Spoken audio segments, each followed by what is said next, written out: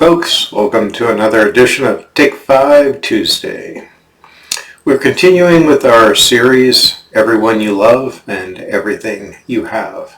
Today we want to talk about some of the essential elements of estate planning, not the elements you might think. The next type of property that we want to talk about, or title that we want to talk about, is what we call problems with the box, which is beneficiary designations. Beneficiary designation, again, is an incredibly common way for Americans to hold title. Your life insurance policy, your annuity, your 401k, your IRA, even U.S. savings bonds have a beneficiary designation box. But if you think about it, there's usually about 24 characters that are available to put a name in there. There's nothing in there that says, oh, but if Joey's a minor, we probably shouldn't be giving him this property. And when we do, in fact, leave property directly to, say, our children, and heaven forbid our child dies first, it could end up in the hands of their minor children. Or we could name our grandchild fully expecting that our grandchild will be an adult by the time they receive the property. But what if we die prematurely?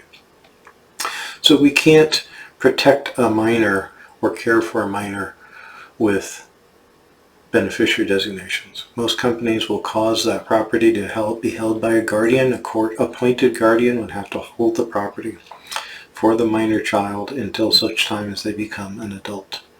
Unfortunately, adult is 18, and very few 18-year-olds are ready to control that property. Therefore, we can end up with unfortunate results.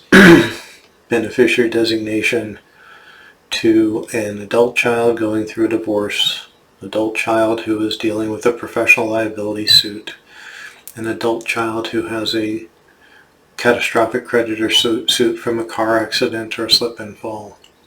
Or just, as we were just talking about with minor, just end up leaving assets in the hand of a minor purposefully or inadvertently. We can end up with unfortunate results in that the person receiving the property does not get to use it or enjoy it because there's no protections that come with it. The box or beneficiary designation doesn't protect adult children for those same reasons. Again, divorce, catastrophic creditors.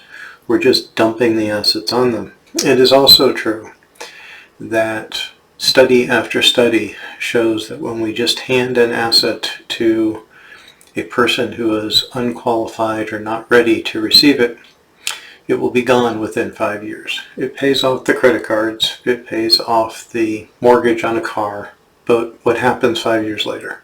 The credit cards are back up to overextension. The car is completely depreciated in value. So are we really helping our family when we just dump these assets on them by joint tenancy?